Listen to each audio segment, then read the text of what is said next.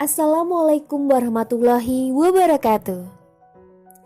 Dalam video pembelajaran kali ini, kita akan membahas tentang literasi pembiayaan mudharabah.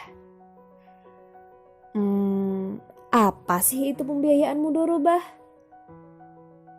Nah, bagi kalian yang ingin mengetahui lebih lanjut, maka tonton video ini sampai akhir.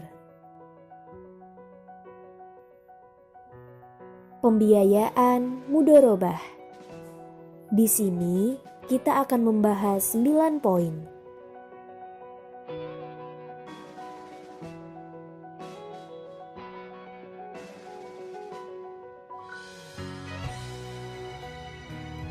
Yang pertama ada pengertian. Mudharabah adalah akad kerjasama antara bank selaku pemilik dana atau sohibul mal dengan nasabah selaku mudharib yang mempunyai keahlian atau keterampilan untuk mengelola suatu usaha yang produktif dan halal. Hasil keuntungan dari pengguna dana tersebut dibagi bersama berdasarkan nisbah yang disepakati. Dan kemudian akad mudharabah digunakan oleh bank untuk memfasilitasi pemenuhan kebutuhan permodalan bagi nasabah guna menjalankan usaha atau proyek dengan cara melakukan penyertaan modal bagi usaha atau proyek yang bersangkutan. Kemudian poin yang kedua ada rukun pembiayaan mudharabah. Rukun pembiayaan mudharabah terdiri dari 5. Ada orang yang berakad yaitu pemilik modal atau sohibul mal dan pelaksana atau usahawan atau biasanya disebut dengan mudharib. Kemudian ada modal atau mal, proyek atau usaha, keuntungan, dan ijab qabul. Kemudian poin yang ketiga yaitu syarat umum pembiayaan mudharabah. Syarat umum pembiayaan mudharabah antara lain orang yang terikat dalam akad cakap hukum. Kemudian syarat modal yang digunakan harus berbentuk uang, bukan barang. Jelas jumlahnya, tunai, bukan berbentuk hutang. Kemudian langsung diserahkan kepada mudharib. Selain itu, syarat umum pembiayaan mudharabah yaitu pembagian keuntungan harus jelas dan sesuai dengan nisbah yang disepakati. Poin yang keempat ada syarat khusus pembiayaan mudharabah. Yang pertama ada permohonan pembiayaan. Yang kedua data identitas diri. Yang ketiga data identitas perusahaan. Yang keempat proposal proyek yang akan dilaksanakan. Dan yang kelima ada garansi atau jaminan. Poin yang kelima ada modal atau harta pembiayaan mudharabah. Yang pertama, modal hanya diberikan untuk tujuan usaha yang sudah jelas dan disepakati bersama.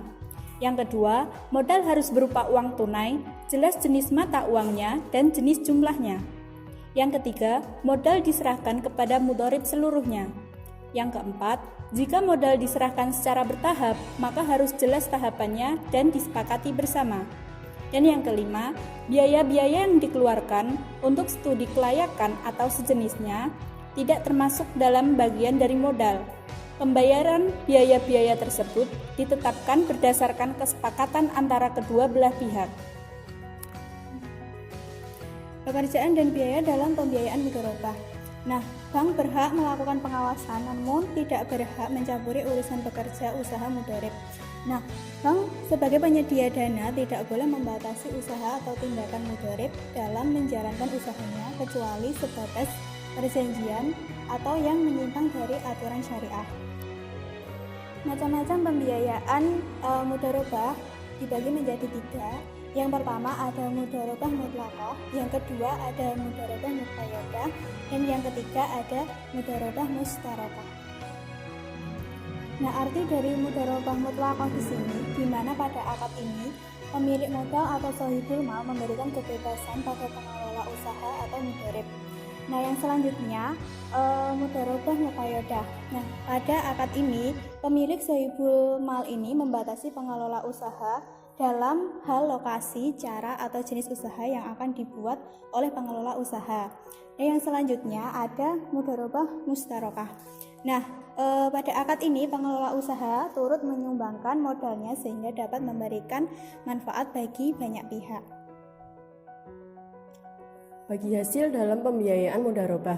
Keuntungan yang diperoleh merupakan hasil dari pengelolaan dana pembiayaan mudharabah yang diberikan. Yang kedua, besaran pembagian keuntungan dinyatakan dalam bentuk nisbah yang disepakati. Yang ketiga, mudharib harus membayar bagian keuntungan yang menjadi hak bank secara berkala sesuai dengan periode yang telah disepakati. Yang keempat, bank tidak akan menerima pembagian keuntungan bila terjadi kegagalan atau wan prestasi yang terjadi bukan karena kelalaian mudharib.